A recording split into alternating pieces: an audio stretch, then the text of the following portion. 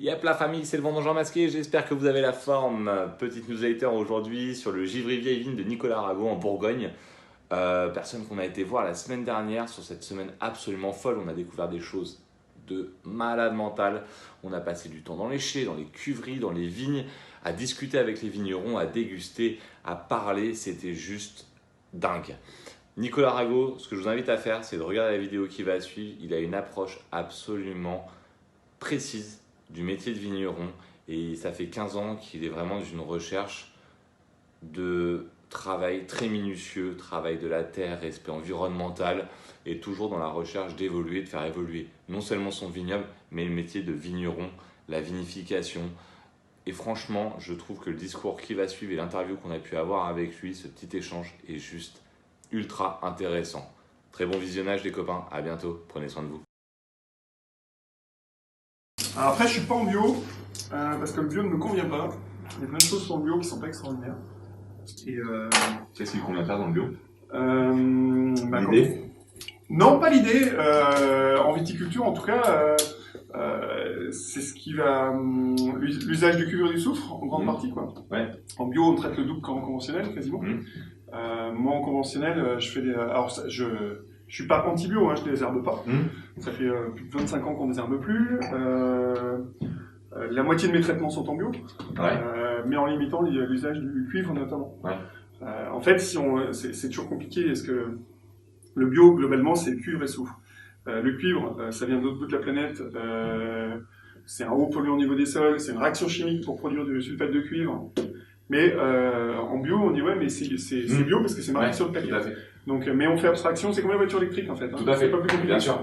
On fait abstraction de ce qui s'est passé avant et c'est formidable. Sauf qu'il faut quand même le prendre en compte. Et on fait abstraction de ce qui va se passer après aussi. Aussi. Et le soufre, ça vient des raffineries de pétrole, donc il n'y a rien d'extraordinaire non plus.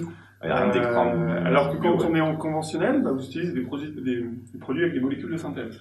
Molécule de synthèse, c'est une molécule qui a subi une transformation. Ça, à la rigueur, on peut dire que c'est une molécule de synthèse.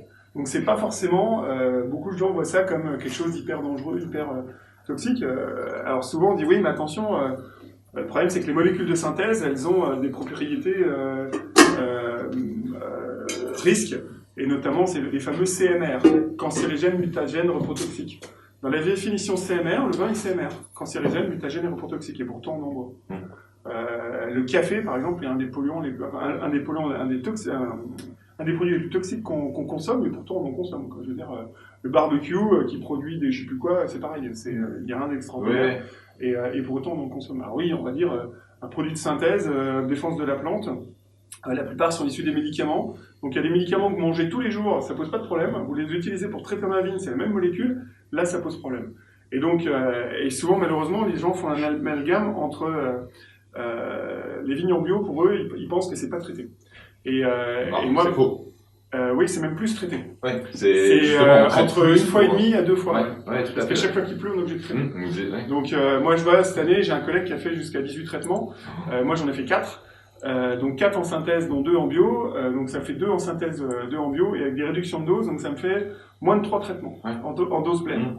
Le collègue, il en a fait 18. Alors, on peut pas compter en dose pleine, mais c'est pas compliqué, tous les 3 jours il était.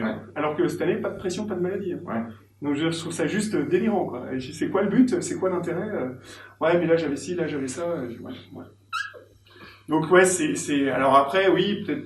On dit ouais, c'est pas toxique, quoi. Non, mais tu brûles comme du gasoil pour les passer de l'eau. C'est assez marrant justement qu'on puisse parler de ça parce que... Donc moi, je trouve qu'il y a des choses... J'ai fait du bio, hein. J'en ai fait pour moi, sur la moitié du domaine, 3 années de suite, sans recherche de label, juste dans le but de voir c'est quoi l'avenir, et demain, si on nous pousse à aller dans le bio, ce qui va être le cas, comment on va pouvoir se défendre. Donc comment trouver et comprendre comment ça fonctionne. Une fois que j'ai fait le tour, il y a des réels enjeux et des réels risques de perte de récolte qui sont réels. Hein. Quand je dis perte de récolte, j'ai une parcelle où j'ai perdu 100% de la récolte. Donc avec des essais poussés, hein, j'ai passé avec des doses de cuivre très réduites. Le but était vraiment de trouver qu'est-ce qu'on pouvait aller faire au bout du bout. Et c'est là que j'ai vu que on n'a pas de marge d'erreur.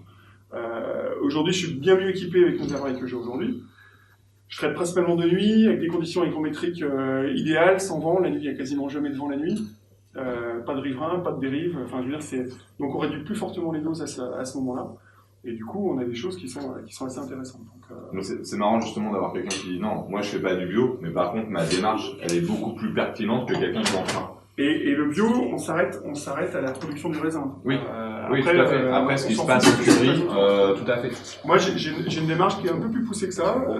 Je suis de 8e génération de ragots à Givry. Si j'espère qu'il y a encore du monde qui passe derrière moi, mais les anciens ont fait attention à ce qu'ils ont fait au niveau des sols, ils n'avaient pas le choix. Mais c'est à nous de faire attention aujourd'hui à ce qu'on fait et l'impact. C'est également ton devoir d'aujourd'hui, ton devoir de vigneron engagé. Donc il y a plein de choses que j'ai mis en place. Ça va simplement au broyage des sarments au lieu de les brûler, création de compost. On fait nos propres composts, on les épanche. Je suis en train d'acheter un épandeur spécifique.